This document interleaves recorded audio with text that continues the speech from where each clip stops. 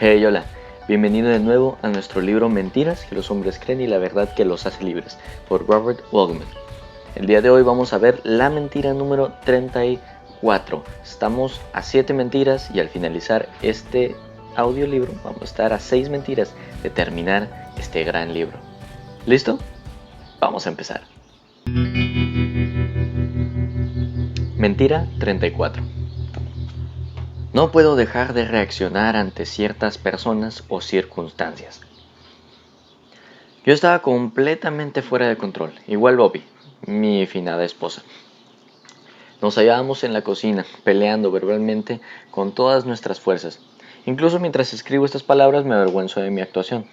Desde luego, hoy día no tengo idea de por qué reñíamos, pero con nuestras voces elevadas ambos nos dejamos llevar.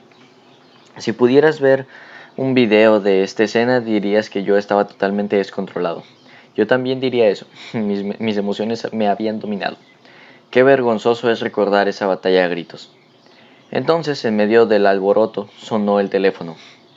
Esto ocurrió en la época en que toda casa en Estados Unidos tenía en la cocina un teléfono de pared con un cable largo enrollado. Dejamos que sonara varias veces. Luego me acerqué y lo levanté. ¿Hola? Dije con voz no más intensa que como si le hubiera preguntado al empleado del supermercado dónde podía encontrar la salsa para barbacoa. La persona al otro lado del teléfono era nuestro ministro de jóvenes. Estaba preguntándome si yo estaría disponible para reunirme en algún momento en los próximos días. Analizamos nuestros calendarios y en un pedazo de papel sobre el mostrador de la cocina apunté la hora y lugar. Gracias por llamar, Mark, dije cálidamente y colgué. Miré a mi esposa con incredulidad y ella me miró también incrédula. Lo que yo acababa de hacer fue un cambio tan drástico de comportamiento descontrolado que acababa de exhibir que aún lo recuerdo muchos años después. Está claro que yo elijo cuándo y con quién tener un berrinche. Esta mentira sobre el dominio propio es grande. ¿Te imaginas cuántos hombres están sentados en una cárcel porque en un momento de ira se convencieron de que no podían evitar lo que estaban a punto de hacer?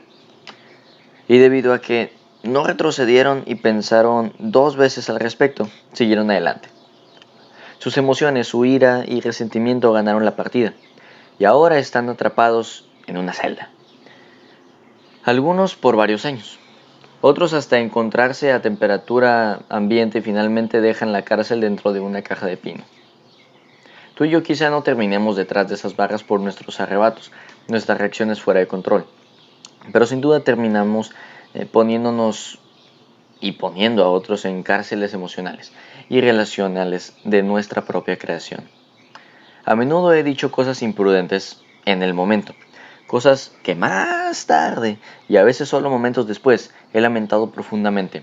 ¿Y con qué frecuencia he hecho algo insensato que fue espontáneo y no calculado? Pensemos en Judas y Pedro.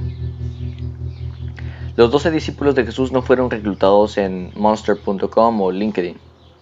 Fueron hombres comunes sin currículos impresionantes. Es más, excepto por lo que algunos estaban haciendo para ganarse la vida cuando el Salvador los invitó a unirse a su grupo, sabemos muy poco acerca de estos hombres. Judas Iscariote, el hijo de Simón Iscariote, fue el único discípulo que no era de Galilea, que Geriot, un lugar al sur de Judea, era su ciudad natal. A pesar de habérsele dado la responsabilidad de manejar las finanzas de los discípulos, según el Evangelio de Juan, es probable que los 12 hubieran tratado a Judas como un extraño, puesto que era de otra ciudad, habría sido un extraño desde un principio.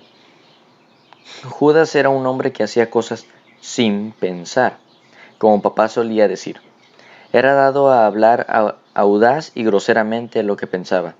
En el capítulo 12, el discípulo Juan nos habla de una fiesta que Judas interrumpió cuando María ungió generosamente los pies de Jesús con un perfume costoso. ¿Por qué no fue este perfume vendido por 300 denarios y dado a los pobres? Juan 12:25. Juan 12:5. Sin embargo, Dios no fue engañado. En el relato bíblico, Judas no dijo esto porque le importaran los pobres, sino porque él era ladrón. Provee una descripción sin ambages del hombre. La verdadera inclinación de Judas se reveló aún más cuando se escabulló para hacer un trato con el sumo sacerdote que le prometió 30 monedas de plata por traicionar a su amigo Jesús. Al saber lo que Judas sabía, aquí es cuando la historia registra el momento más atroz de su vida en que no se detuvo a pensar. Al final, como tan a menudo hacemos, Judas lamentó profundamente lo que había hecho. En su caso se quitó la vida como intento de penitencia. El apóstol Pedro padecía el mismo trastorno de no pensar en el momento. Leemos el salto que dio una vez desde su barca de pesca para imitar la habilidad de Jesús de caminar sobre la superficie del agua, y otra vez para ser el primero en sentarse en la playa con el Salvador resucitado. También vemos a Pedro jurando que no conocía a Jesús en una respuesta cobarde a la pregunta de una muchacha mientras un tribunal desautorizado intentaba juzgar a Jesús. Tanto Judas como Pedro creyeron esta mentira. No podían controlarse, ni lo hicieron en el momento. Debido a su profundo remordimiento, Judas se quitó la vida, pero debido a su profunda confesión, Pedro entregó su vida, padeciendo finalmente la crucifixión de un mártir. Un juego de dominio propio. Al ser padre de hijas pequeñas, sabía que una de mis tareas más importantes era enseñarles dominio propio. Tal vez debido a que conocía mi propensión a hacer o decir en el momento cosas sin pensar, sospeché que mis hijas debían aprender esta habilidad, incluso a temprana edad. Creo que esta idea vino de Bobby, mi finada esposa. Ella era muy buena en hacer divertido el aprendizaje. Una noche anunció en la cena: "Vamos a jugar el juego del no". Esto fue hace mucho tiempo, pero aún puedo ver las miradas escépticas en las caras de mis hijas. También en la mía. ¿El juego del no? Vaya, expresaban nuestros rostros. Pero por supuesto no dijimos nada. Superando el previsible escepticismo, Bobby explicó: entre ahora y la cena de mañana en la noche, todos digámonos no al menos una vez. Y sostengámoslo. Entonces cada uno daremos nuestros informes. Sonreíamos y asentimos, al menos un poco de acuerdo con la idea. En la cena de la noche siguiente dimos nuestros reportes. Missy nos dijo que había estado hablando por teléfono con una amiga. Tengo que colgar en 5 minutos, pero para poder terminar mi tarea, anunció. Missy continuó con una gran sonrisa. Y cuando pasaron los 5 minutos le dije a mi amiga que debía terminar la llamada. Entonces hizo una pausa y continuó. Mi amiga me suplicó que permaneciera en línea, pero dije no. Puedo recordar la celebración, incluso como una dama joven. Missy se había demostrado que podía controlarse y toda nuestra familia le hizo saber que creíamos que eso era fantástico. Cada uno de nosotros dio su informe y los demás expresamos palabras de aliento. No obstante, este fue solo el resultado del juego de un día. Fue bueno, pero fue solo un día. Los retos del dominio propio eran, y son, implacables, no solo para niñas en la cena, sino para ti y para mí, todos los días. Esto no es sorprendente porque, igual que yo, el apóstol Pablo también era pecador y lidiaba con los retos del dominio propio. En Romanos 7, 18 al 19 dice: el querer el bien está en mí, pero no el hacerlo, porque no hago el bien que quiero, sino el mal que no quiero. Eso hago. ¿Te identificas? ¿Qué es aquello que deseas hacer, pero que te encuentras impotente para llevarlo a cabo? ¿Tiempo constante en la palabra de Dios y en la oración? ¿Atención y amabilidad hacia tu esposa y tus hijos? ¿Qué no quieres hacer, pero te sientes impotente para resistir? ¿Explosiones de ira con aquellos que se supone que más amas? ¿Miradas furtivas a pornografía en tu computadora? ¿La tentación de ser poco honesto en la declaración fiscal? Tal vez te haces eco de los sentimientos de Pablo. Así que, queriendo yo hacer el bien, hallo esta ley, que el mal está en mí. Porque según el hombre interior me deleito en la ley de Dios, pero veo otra ley en mis miembros, que se rebela contra la ley de mi mente, y que me lleva cautivo a la ley del pecado que está en mis miembros. Entonces, ¿cuál es la respuesta? ¿Hay esperanza? ¿O simplemente estamos destinados a seguir delirando, intentando sin cesar, fallando, intentando de nuevo y... El apóstol entendía esta frustración. Miserable de mí, ¿quién me librará de este cuerpo de muerte?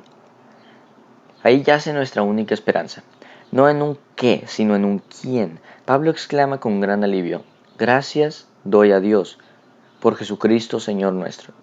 En el siguiente párrafo continúa: la ley del Espíritu de vida en Cristo Jesús me ha librado de la ley del pecado y de la muerte, porque lo que era imposible para la ley, por cuanto era débil por la carne, Dios, enviando a su Hijo en semejanza de carne de pecado, y a causa del pecado, condenó el pecado en la carne, para que la justicia de la ley se cumpliese en nosotros, que no andamos conforme a la carne, sino conforme al Espíritu.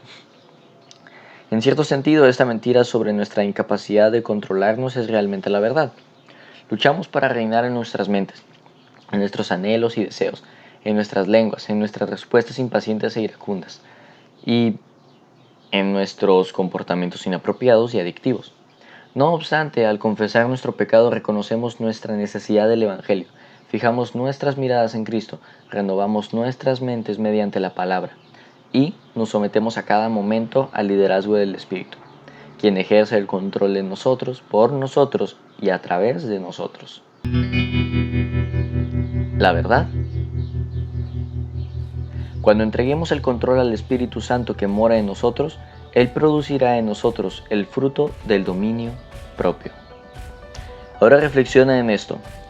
Repasa el fruto del Espíritu enumerado en Gálatas 5, 22 al 23. Amor, alegría, paz, paciencia, amabilidad, bondad, fidelidad, humildad y dominio propio. ¿Por qué crees que dominio propio está al final de la lista? ¿Cómo afecta el dominio propio a todo lo demás? ¿Cómo te va en este aspecto? Y así terminamos nuestra lectura de hoy, de nuestro libro Mentiras que los hombres creen y la verdad que los hace libres, por Robert Ogilvy. El día de hoy leímos la mentira número 34 y solamente nos quedan 6 mentiras más. Te recomiendo que te abroches tu cinturón de la atención y vuelvas a escuchar este audiolibro y espero que te emociones por los audiolibros que vienen. Estamos por cerrar este gran libro. Mi nombre es Efren y quiero ser intencional. Te reto a que tú también lo seas. Hasta la próxima.